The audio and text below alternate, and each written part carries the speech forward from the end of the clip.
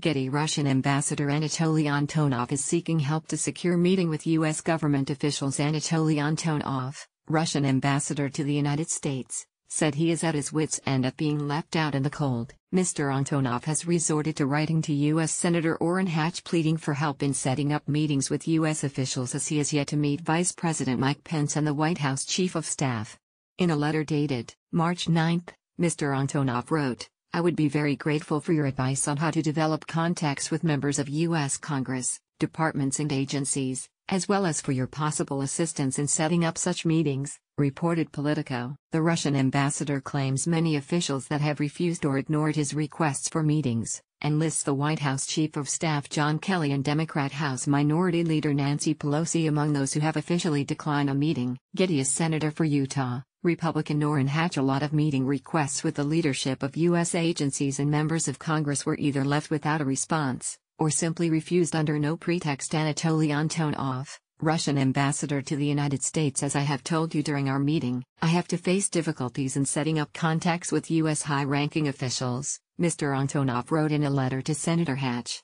A lot of meeting requests with the leadership of U.S. agencies and members of Congress were either left without a response, or simply refused under no pretext, he wrote. Mr. Antonov's problems are unlikely to improve following the U.S. announcing it will expel 60 diplomats and shut down Russia's consulate in Seattle, in response to the Salisbury nerve agent attack on former Russian spy Sergei Skripal and his daughter Yulia. As tensions continue to grow between Russia and the U.S., the Kremlin yesterday announced that it would be shutting down the U.S. consulate in St. Petersburg and also expelling 60 diplomats in return. Russia's Foreign Minister Sergei Lavrov said the country was responding in kind to the U.S. action. He said, "The measures would be reciprocal.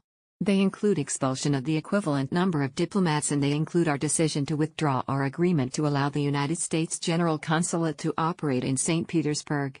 Some Republican senators have met with Mr. Antonov, including Hatch, Rand Paul from Kentucky, Ron Johnson from Wisconsin, and Senate Foreign Relations Chairman Bob Corker from Tennessee. One congressional official said members of Congress should be more receptive to Antonov. The senior Republican aide said, "While there is plenty we disagree with Russia on, it doesn't do us any good to just blatantly ignore them."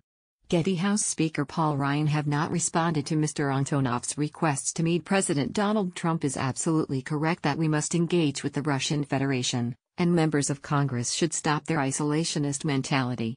But many congressional leaders, including Republican House Speaker Paul Ryan, have not responded to Mr. Antonov's requests to meet. Following the U.S. decision to expel Russian diplomats, Speaker Ryan said on Twitter, "The decision to expel Russian diplomats from the U.S. makes clear that we stand with our allies and that there will be consequences for Russia's recklessness.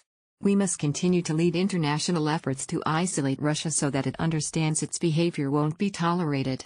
Getty. Donald Trump said, "Getting along with Russia, and others, is a good thing, not a bad thing." This approach by many U.S. officials does, however, seem contrary to the actions taken by President Donald Trump. Following Vladimir Putin's re-election as Russia's president this month, Mr. Trump called to congratulate him. He tweeted, "I called President Putin of Russia to congratulate him on his election victory. In past, Obama called him also.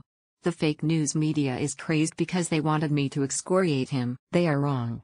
Getting along with Russia, and others, is a good thing, not a bad thing."